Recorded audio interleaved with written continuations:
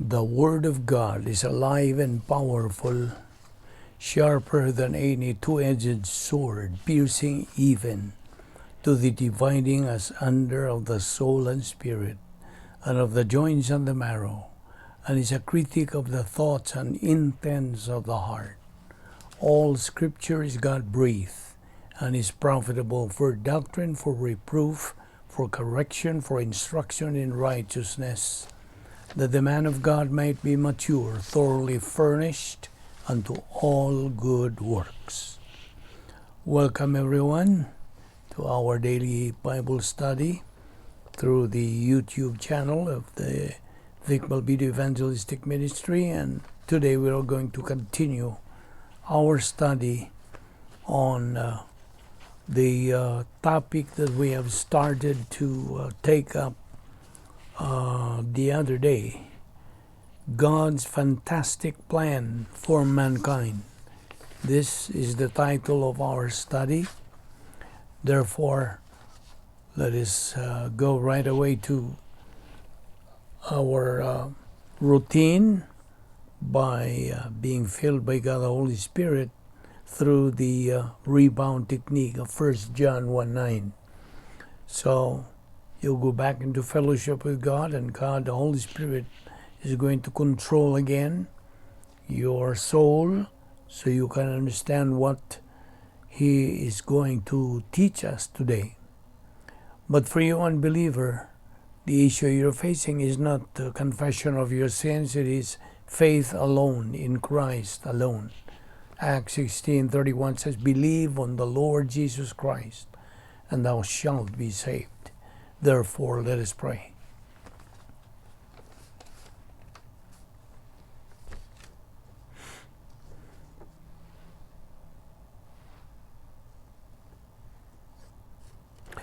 Once again, Father, we thank you for your faithfulness.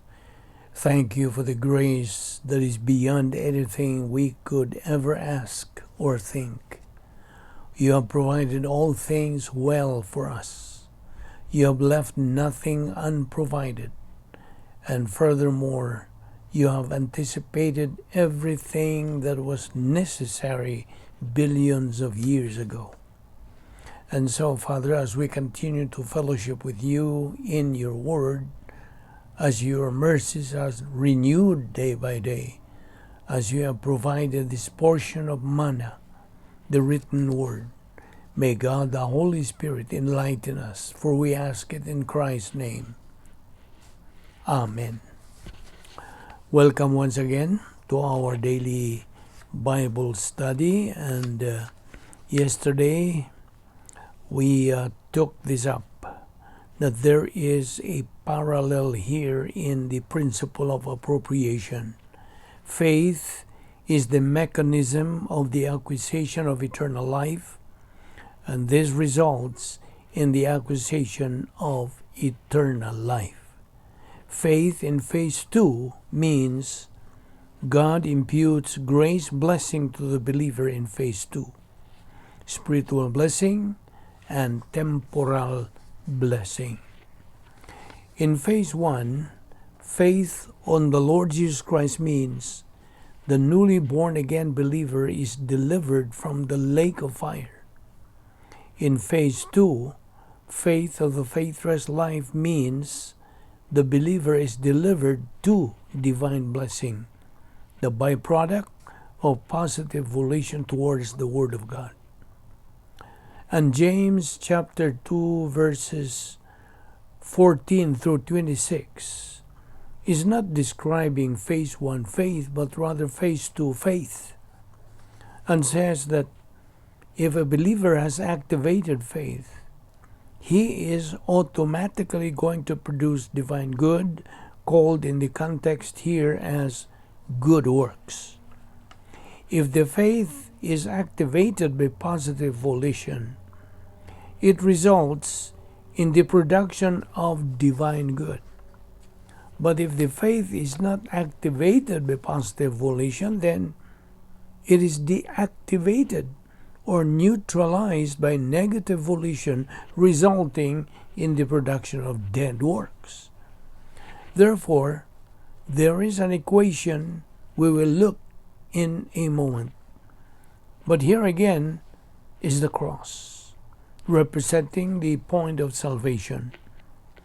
Entrance into union with Christ, position of eternal life, member of the family of God, righteousness of God imputed, positionally sanctified, elect, predestined, a believer priest, and so on. Cannot lose that relationship. Now, Operation Bottom Circle, this is the temporal fellowship with God, the filling of the Holy Spirit, redeeming the time, God's spiritual rest. Here is where the believer is walking in light, he is walking in truth, he is walking by faith, and here, because the believer is in fellowship, it means there is no evil in his life. There are no mental attitude sins. There is no motivational sin. There is no lingual sin. There is no overt sin. None. There is no sin in his life, which means he has a relaxed and powerful mental attitude because he has doctrinal orientation, doctrinal objectivity, doctrinal confidence, doctrinal courage. And the greater the knowledge of doctrine the believer possesses, the greater the doctrinal confidence and the greater the spiritual self-esteem and doctrinal orientation he is going to have in life. And the greater the category 1 suffering he is going to have, the greater the intensity of it. This is suffering according to the will of God. Compassion suffering for the salvation of unbelievers, for the spiritual growth of believers. A believer who loves the Word of God, the happiness and the love is so fulfilling, is so wonderful that he wants all other believers to have the same thing. So now he has compassion suffering for believers. Now, to get plugged into the Word, because he wants them to have the same spiritual blessing that he has. And he wants them to have the same divine viewpoint, historical impact, and ministry that every believer functions with doctrine in phase 2. He wants them protected from evil in life. He wants problems solved and problems prevented.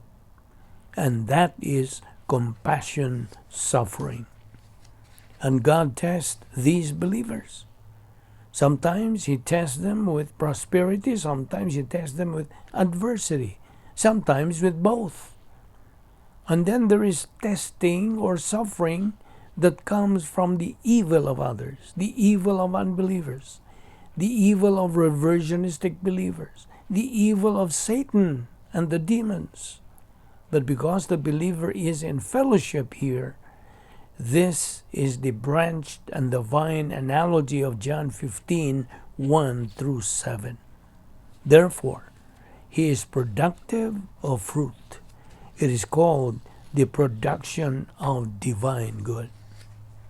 We will continue our discussion on this tomorrow.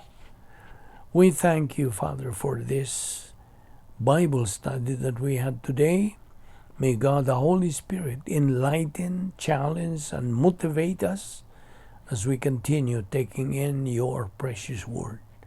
Thank you for this Bible study through the YouTube channel of the Vic Balbido Evangelistic Ministry. This we ask in Christ's name. Amen.